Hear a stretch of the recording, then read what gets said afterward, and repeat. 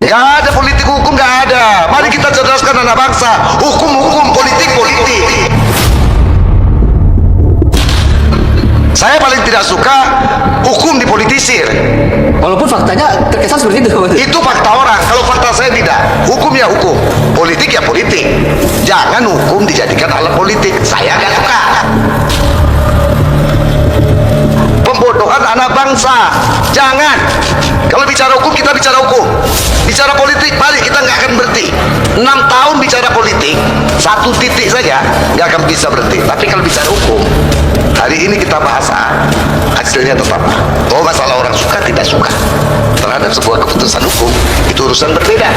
Yang namanya praktik hukum, siapa saja bermain. Sebenarnya saya melihat seperti ini, barangkali Bu Dokter juga senyum-senyum.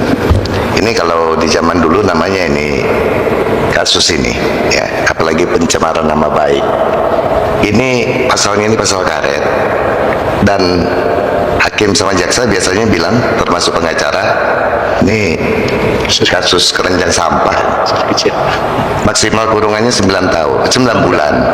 Kalau kita pakai pasal 310, maksimal kurungan 9 bulan, sanksinya itu apa namanya, dendanya 2,5 juta. Kalau kita pakai sekarang pasal 433, sanksi terendahnya itu, ya, artinya dendanya itu 10 juta. Lebih tinggi? Ya, maksimalnya 40 juta. Ya, kurungannya tetap sama 9 bulan. Lalu, ini tadi, ketika majelis hakim menerima eksepsi tadi, ini kan tadi kasusnya ini kan diperiksa sebelum KUHP baru ditetapkan. Ya, ini kan mulai proses sebelum KUHP baru ditetapkan. Tahun 2025. Ya, kan baru ditetapkan kemarin. Mestinya dia memakai acuan yang KUHP lama saja, yang hanya diwajibkan ini dalam KUHP, ya. Jika KUHP baru lebih menguntungkan terpidana atau tersangka, maka wajib memakai KUHP baru. Bahasanya wajib? Wajib. Gitu loh. Kalau KUHP baru lebih menguntungkan, maka walaupun dia prosesnya sebelum KUHP baru ditetapkan, begitu ditetapkan, pakai yang baru. Kalau lebih menguntungkan, bukan pilihan. Lalu, apakah ini menguntungkan jaksa? Atau sebelum menguntungkan jaksa, tapi faktanya artinya KUHP lama yang lebih menguntungkan terdakwa. Nah, makanya dipakai KUHP lama, karena ini prosesnya dari awal. Sehingga seharusnya jaksa harus memakai KUHP lama. KUHP lama 310. Jadi jangan dibuat keraguan-raguan. 433 ayat 1 dan 2, 310 ayat 1 selesai. Ya kan? Ini pasal karet. Bukan 1 tahun, bukan 12 bulan, maksimal 9 bulan, denda 2,5 juta. Ini kan masalah nama baik saja, masalah harga diri. Yang mahal itu nilainya harga diri, gitu loh. Nah, kenapa ini menjadi ribet? Apakah TIFA itu bebas? Bebas atau tidaknya seseorang ketika sudah sampai ke persidangan, ya, itu ketuk palu, hakim yang menentukan. Salah tidaknya, ya, salah atau tidaknya, dibebaskan atau tidaknya, itu hakim menentukan. Ini dikembalikan. Jadi ada untungnya jaksa, ada, dia tinggal menyeleksi dari 30 berkas, ini 15 berkas yang khusus untuk TIFA, naikkan kembali, bisa. Lalu dia berkoordinasi dengan Polri, boleh dikembalikan lagi kepada Polri untuk dilengkapi, nggak boleh. Dia udah P21, kewenangannya udah pindah. Batasan koordinasinya sejauh apa? Ya koordinasi biasa. Ini selain kalau ini, tambahan alat bukti dan saksi tidak bisa lagi? Nggak bisa lagi, itu diatur. Ini Bu Dokter tahu. Bu Dokter juga nyampaikan itu kepada mahasiswanya. Ya kan? Kalau masalah hakim tadi betul juga kata Pak Hakim ini, supaya cepat kita proses saja. Ini kan nggak jauh beda ini. Proses saja, nanti diputuskan. Sebenarnya kalau dilanjutkan yang menang itu Dr. Tifa. Kenapa? Nanti hakim akan memutuskan bebas, karena nggak jelas tuntutannya. Ini saya bilang saja ini. Lalu ngambang, ini ada kemungkinan Jokowi nggak hadir segala macam. Aturan hukum jelas, 1 kali, 2 kali, 3 kali upaya paksa, kecuali seseorang berhalangan tetap atau sakit. Kecuali hakim yang tidak berani memanggil, gitu. Tidak ada urusan hakim tidak berani memanggil. Aturan jelas, aturan hukum jelas. Harus menghadirkan Kalau saksi. kita lihat di Presiden di kasus Bambang Tri dan Bu Nur, hakim tidak ada manggil Pak Jokowi, walaupun waktu itu masih presiden gitu. Ya, artinya kewenangannya itu kan tentu beda. Hari ini dia tidak presiden lagi. Walaupun dia presiden ke-7, kita kan semenjak Pak SBY kan tidak ada lagi mantan presiden. Presiden 1, 2, 3 sampai presiden 7. Dia kan tetap saksi utama, saksi pelapor. Saksi pelapor kan? Saksi pelapor bisa dihadirkan kok. Kenapa dia bisa hadir di penyidik? Waktu di penyidik kan hadir. Waktu dia melaporkan kan hadir. Jadi kita jangan berasumsi. Masalah hukum bukan asumsi. Saya dari dulu udah bilang. Ya, waktu kita ketemu juga. Kalau alasan tadi ini Didi, karena susah untuk menghadirkan Pak Jokowi dan Pak tidak Jokowi ada hadir, susah. sehingga putusan setelah ini diambil tidak ada. Nah, kalau prosedur kita jalani nggak ada yang susah. Ya. Karena setiap ada prosedur ada sanksinya. Jokowi juga takut diberi sanksi kan, malu kalau diberi sanksi kan. Masalah berani atau tidaknya itu terserah saja, tetapi aturan hukum harus berlaku. Saya sepakat dengan Bu Doktor, masalah hukum kita tidak bisa politisir. Hukum ya hukum saja, jangan ngambang kemana-mana. Ya, Tidak ada istilah politik hukum gitu. nggak ada politik hukum, nggak ada. Mari kita cerdaskan anak bangsa. Hukum, politik. Saya paling tidak suka hukum dipolitisir. Walaupun faktanya terkesan seperti itu. Itu fakta orang. Kalau fakta saya tidak. Hukum ya hukum. Politik ya politik. Jangan hukum dijadikan alat politik. Saya nggak suka. Yang terjadi hari ini, hukum dijadikan alat politik. Dengan eksepsi diterima, berarti ini kan dipolitisir. Pembodohan anak bangsa. Jangan. Kalau bicara hukum, kita bicara hukum. Bicara politik, mari kita nggak akan berhenti. 6 tahun bicara politik, 1 titik saja nggak akan bisa berhenti. Tapi kalau bicara hukum, hari ini kita bahas A, hasilnya tetap A. Oh, masalah orang suka tidak suka terhadap sebuah keputusan hukum, itu urusan berbeda. Ya, masalah orang terima atau tidak, itu urusan berbeda. Kenapa? Kita di mata hukum sama. Ketika putusan ini sudah ada, saya tidak suka, saya bisa banding. Banding saya ditolak, saya bisa PK. Kalau memang novum, karena kita sama di mata hukum. Jangan dipolitisir. Saya dari awal udah bilang. Baik, kalau ada yang punya pandangan bahwa dengan putusan setelah sidang tidak dihentikan, ini win-win solution antara terdakwa dengan pelapor atau Pak Jokowi. Itu artinya tidak ada lagi nanti sampai ke tahapan pembuktian. Itu terserah. Mereka mau RJ lalu ya restoratif justice di belakang aparatur hukum, lalu mereka membuat komitmen bersama, itu terserah. Ya, dan ini kan masalah humanis. Kalau ada juga yang memaknai bahwa putusan setelah dengan dihentikan sidang ini sama. Ya, halo teman-teman semuanya, selamat datang kembali di channel ini. Salam NKRI harga mati untuk seluruh pemirsa serta setia dimanapun kalian berada, dari Sabang sampai Merauke, dari Miangas hingga Pulau Rote, yang senantiasa konsisten menjaga keadilan, mengawal kebenaran, dan mencintai bumi pertiwi. Semoga Anda semua senantiasa berada dalam keadaan sehat, penuh berkah, dan tidak pernah lelah menyikapi dinamika hukum serta politik di negara tercinta ini.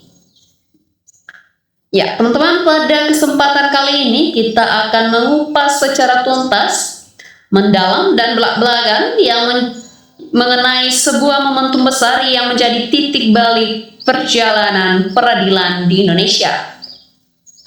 Sebuah isu yang selama bertahun-tahun menyita perhatian jutaan pasang mata rakyat Indonesia, menimbulkan perdebatan sengit di ruang publik, warung kopi, hingga meja akademisi dan ruang persidangan. Ya, kita bicara soal polemik keaslian ijazah Presiden ke-7 RI, Joko Widodo, serta bagaimana proses hukum pidana di negeri ini sedang diuji ketegasannya oleh publik. Jika kita memperhatikan dinamika yang terjadi belakangan ini, situasi hukum di tanah air benar-benar sedang berada di persimpangan jalan yang sangat krusial.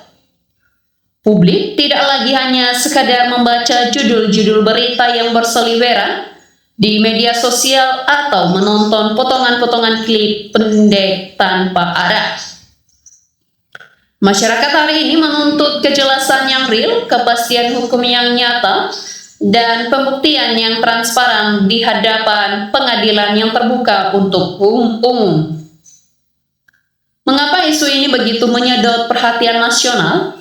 Ya, karena ini bukan sekedar urusan personal individu tertentu, melainkan urusan keabsahan dokumen administratif seorang pimpinan tertinggi yang pernah memegang tampuk kekuasaan negara.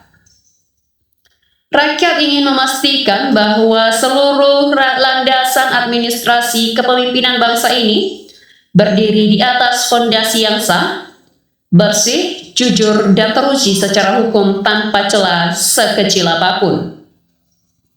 Ya, teman-teman, mari kita bedah secara cermat bagaimana konstruksi hukum pidana bekerja dalam memandang perkara pemalsuan surat atau dokumen resmi seperti ijazah.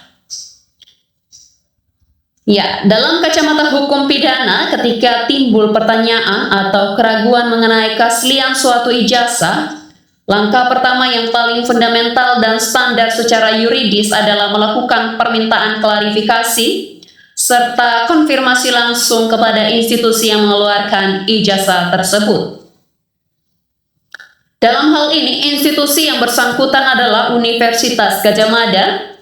Ketika ada dokumen pembanding, misalnya data arsip kelulusan, daftar transkrip nilai, hingga salinan ijazah asli di perguruan tinggi, maka institusi perguruan tinggi memiliki kewajiban moral dan administratif untuk mencocokkan data pembanding tersebut dengan dokumen yang dipermasalahkan.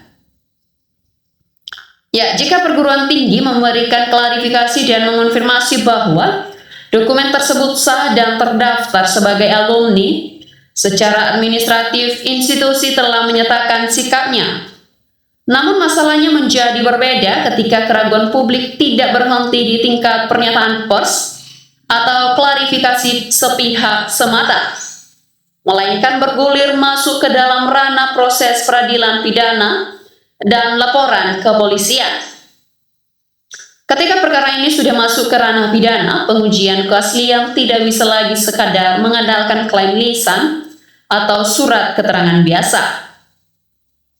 Dalam hukum acara pidana, pembuktian keaslian dokumen tertulis diuji melalui laboratorium forensik kriminal, yaitu laboratorium forensik kepolisian.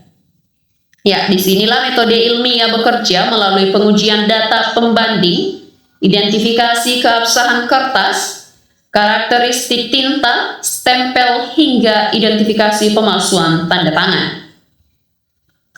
Proses ini persis sama seperti ketika aparat penegak hukum menguji dugaan pemalsuan tanda tangan pada dokumen-dokumen bernilai hukum tinggi, dan untuk menentukan secara mutlak apakah sebuah dokumen itu sah atau palsu dalam kerangka negara hukum, muaranya wajib ditetapkan melalui putusan pengadilan yang berkekuatan hukum tetap, bukan sekadar opini di media sosial atau argumen sepihak di luar persidangan.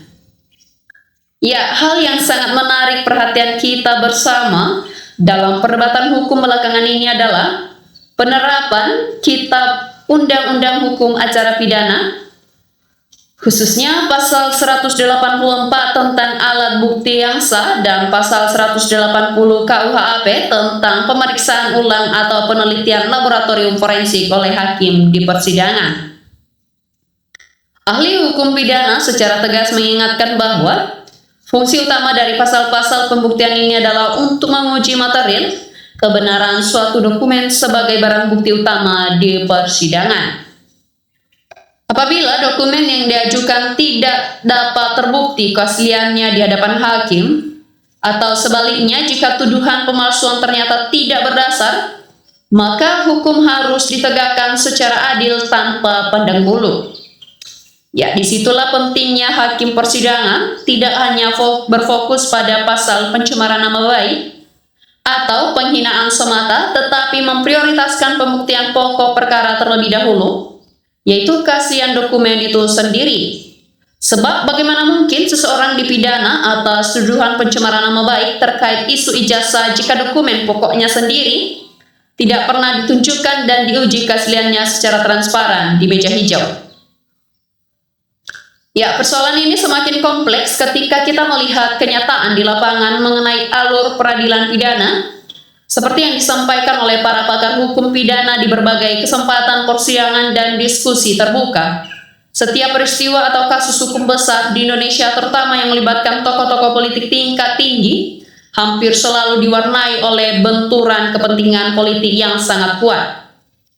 Ada pandangan menarik yang menyebutkan bahwa dalam kasus-kasus berskala nasional seperti ini, persentase muatan politiknya bisa mencapai 99%, sedangkan teknis yuridis murninya mungkin hanya 1%. Namun ingat, justru 1% aspek teknis hukum itulah yang paling fatal dan paling menentukan 1% pembuktian yuridis di persidangan inilah yang wajib dikejar, dibuktikan dan diputus oleh majelis hakim tanpa terpengaruh oleh tekanan politik dari pihak manapun, baik dari penguasa, mantan penguasa maupun kelompok kepentingan tertentu. Ya, teman-teman, saat ini mata publik nasional sedang tertuju kepada lembaga Kejaksaan Agung dan para jaksa penuntut umum yang memegang kendali atas penuntutan perkara ini. Pasca adanya putusan sela dari majelis hakim yang memberikan kesempatan kepada jaksa untuk melakukan evaluasi maupun perbaikan terhadap surat dakwaan, kewenangan penuh berada di tangan jaksa. Kejaksaan menghadapi persimpangan sejarah yang amat krusial. Apakah jaksa penuntut umum akan memanfaatkan momentum ini untuk menyempurnakan surat dakwaan dengan melengkapi syarat-syarat material, mengumpulkan alat bukti yang kuat, serta membawa pokok perkara pembuktian ijazah ke dalam persidangan secara terbuka?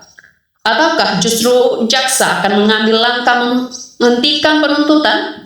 Publik tentu tidak ingin proses hukum berhenti hanya pada tahap formalitas, putusan sela tanpa pernah menyentuh substansi kebenaran yang dicari-cari selama ini. Nah, teman-teman, demikianlah pembahasan kita untuk cuplikan video kali ini. Mari kita terus mengawal proses hukum ini dengan akal sehat, pemikiran jernih, dan keteguhan hati. Jangan biarkan isu ini menggantung tanpa kejelasan yang hanya akan menimbulkan prasangka dan perpecahan berkepanjangan di tengah masyarakat. Kita menantikan keberanian para penegak hukum, khususnya Korps Adiaksa, untuk berdiri tegak di atas undang-undang dan keadilan demi kepentingan rakyat serta masa depan hukum di Republik Indonesia. Ya, silakan tuliskan tanggapan, pandangan, dan analisis teman-teman sekalian di kolom komentar di bawah secara bijak, santun, dan kritis. Jangan lupa untuk terus mendukung channel ini dengan like, share, dan subscribe agar syiar kebenaran ini sampai ke seluruh pelosok negeri. Salam keadilan, salam hukum, dan salam NKRI harga mati.